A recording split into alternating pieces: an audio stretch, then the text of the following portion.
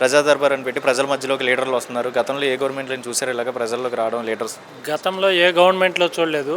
నేను ఇప్పుడు స్పాట్లో చూశాను. మా మంత్రి గారు అనగానే సత్యప్రసాద్ గారు ఏ సమస్యను ఆన్ ది స్పాట్ ఆ కన్సల్టింగ్ డిపార్ట్మెంట్ కలెక్టర్ కావచ్చు, ఎంఆర్ఓ కావచ్చు, ఆన్ ది స్పాట్ ఫోన్ చేసి అర్జీదారుల నెంబర్ వాళ్ళకిచ్చి వాళ్ళ దగ్గర నుంచి అర్జీదారులకు ఫోన్ చేయించి అంత పక్కాగా ఆన్ ది స్పాట్లో సమస్యను పరిష్కారం చేస్తుంది.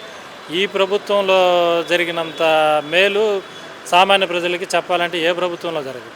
ఇప్పుడు నేను లైవ్లో చూసి వస్తున్నాను. నేను ఒక అర్జీ ఇచ్చాను. జగన్మోహన్ రెడ్డి అనే వ్యక్తి గతంలో పాస్బుక్ల మీద ప్రింట్ వేయించుకోవడానికి ఫోటోలకి 13 కోట్లు అనేది ఖర్చు పెట్టారంటున్నారు. సర్వే రాళ్ళకి 700 కోట్లు ఖర్చు పెట్టారంటున్నారు ఆయన ఫోటోలు వేయించుకోవడానికి. అండ్ ఆయన తినే ఫుడ్ కానీ రకరకాలుగా ఈ టైప్ ఆఫ్ ఇన్ని ఖర్చు పెట్టారని కూటమి ప్రభుత్వం అంటుంది.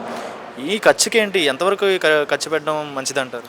ఖర్చు సంగతి దేవుడు ఎరుగు. దాంట్లో ప్రత్యక్ష సాక్షి నేనే. నాకు పాస్బుక్ ఉంది, జగన్మోహన్ రెడ్డి ఫోటో వచ్చింది. దాన్ని ఎత్తుకొని నేను ఇప్పుడు లోన్కి వెళ్తే లోన్ ఇవ్వట్లేదు.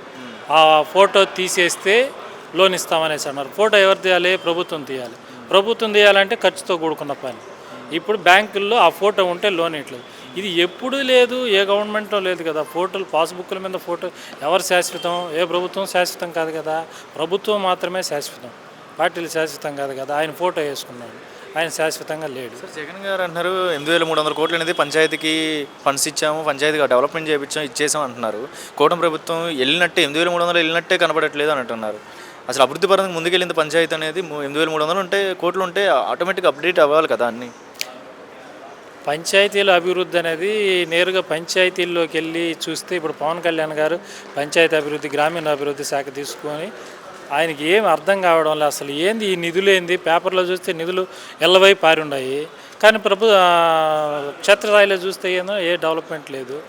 ఆయనకి అర్థం కాక ఎవరిని అడగాల, ఎవరి మీద కేసులు పెట్టాలా, ఎవరి మీద ఇది చేయాలా అనేసి ఇప్పుడుండే మంత్రులకి అధికారులకి అర్థం కాక ఇంతకుముందు ఉన్న అధికారులను అడుగుతుంటే వాళ్ళు మేనమేషాలు లెక్కేస్తున్నారు. పాపం చూస్తూ ఉన్నాను కదా. 8,500 కోట్లు అని పేపర్లో మాత్రమే ఉంది. పంచాయతీలు ఎక్కడ ఖర్చు పెట్టారు? ఏ పంచాయతీకి ఖర్చు పెట్టారు? ఎక్కడ రోడ్డు వేశారు? ఎక్కడ డ్రైనేజ్ వ్యవస్థను క్లీన్ చేశారు? పాపం పంచాయతీల్లో లేదు. మొత్తం డొల్ల. రాబోయే రోజుల్లో ఈ అధికారులు, ఇప్పుడుండే మంత్రులు ఇంకా అవన్నీ వెలికి తీసి రాబోయే రోజుల్లో ఈ విధంగా జరగకుండా చూసుకోవాలని కోరుకున్నాం. ఏ ప్రభుత్వం వచ్చినా కూడా. Okay sir, thank you.